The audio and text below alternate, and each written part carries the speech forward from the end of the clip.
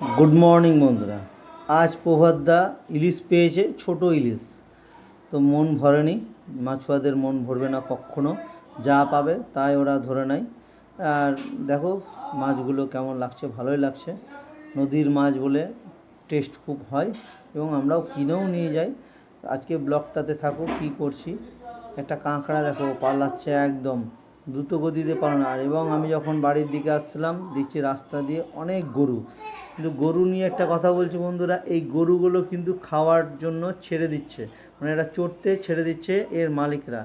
আর যে এরা যখন দুধ দেয় তখন মালিকগুলোই বাড়িতে বসিয়ে খাওয়ায়, কাঁড়ি কেটে দেয়, ঘাস কেটে দেয়। এখন ছেড়ে দেয় যেহেতু এখন খাওয়ার টাইম এবং বর্ষার দিনে কিন্তু সত্যি খুব খাওয়ার কষ্ট। তাই এরা দেখো লম্বা সারি হয়ে এক সারি হয়ে যাচ্ছে, ভালোও লাগছে কোনো দিন। কিন্তু সবচেয়ে বড় ক্ষতিকারক কার জানো, এরা যখন রিটার্ন করে, রিটার্নের সময় সন্ধ্যাবেলায় রাস্তাতে বসে থাকে এবং অন্ধকার গলি ফলি থেকে হঠাৎ করে যখন বাইকটা বেরোয় না, তখন এদের সঙ্গে যখন ধাক্কাটা লাগে তখন বাইকওয়ালারই কিন্তু হাত পা ভাঙে।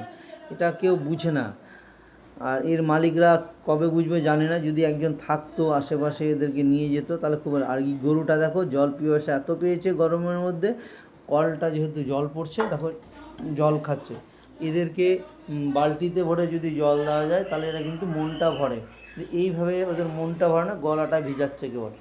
আর দেখো একটা ছোট গলি রাস্তা আছে, ওই রাস্তা দিয়ে ওরা যাচ্ছে, মানে ওরা সব জানে শর্টকাট কোনটা রাস্তা, ওরা প্রতিদিন যায় এবং জেনে গেছে। এবং ঠিক রাত্রেবেলা যায়, অনেক গরু আছে বা রাত্রেও যায় না, বসেই থেকে যায় খাওয়ার সন্ধানে শহরের। এই দেখো আমার বাড়ির সামনে আমার গরু দাঁড়িয়ে আছে। এই গরুগুলো কি করে জানো, এই গরুগুলো বাড়ির সামনে যায়, গিয়ে দাঁড়িয়ে থাকে এবং এদেরকে আলু বা কোনো খাবার দিলে তাহলে এরা বাড়ি থেকে চলে যায়। তো কেমন লাগছে বলো, এদের স্বভাবটা কিন্তু এরকম হয়ে গেছে, ঘাস পাত কম খায়, মানুষের বাড়ির সামনে চোকা যা থাকে নষ্ট জিনিস এদেরকে দেয়। তো আমি আমার বাড়িতে এসে বললাম দাও তো আলু, তাহলে এদেরকে আলু খাইয়ে দিলাম বড়টাকে। আলু খাওয়ার পরেই দেখো ওরা কিন্তু সোজা রাস্তা নামবে। এই আলুটা দিলাম ওনাকে আমি, এবং কিছুক্ষণের মধ্যে ও কিন্তু ওর হয়ে গেল, জানে যে একটা আলু মানে আমার এই বাড়ির দক্ষিণাটা নেওয়া হয়ে গেলো।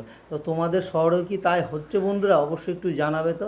এবং এই ছোট বাচ্চাটার জন্য একটা আলু চাইলাম, তো ম্যাডাম আমাকে আলুটা একটু বড়ই দিল। ও মনে হয় আলু খেতে অত পছন্দ না, কিন্তু ও খেতে পারলো না আলুটা। দেখো ওকে যখন দিলাম আলুটা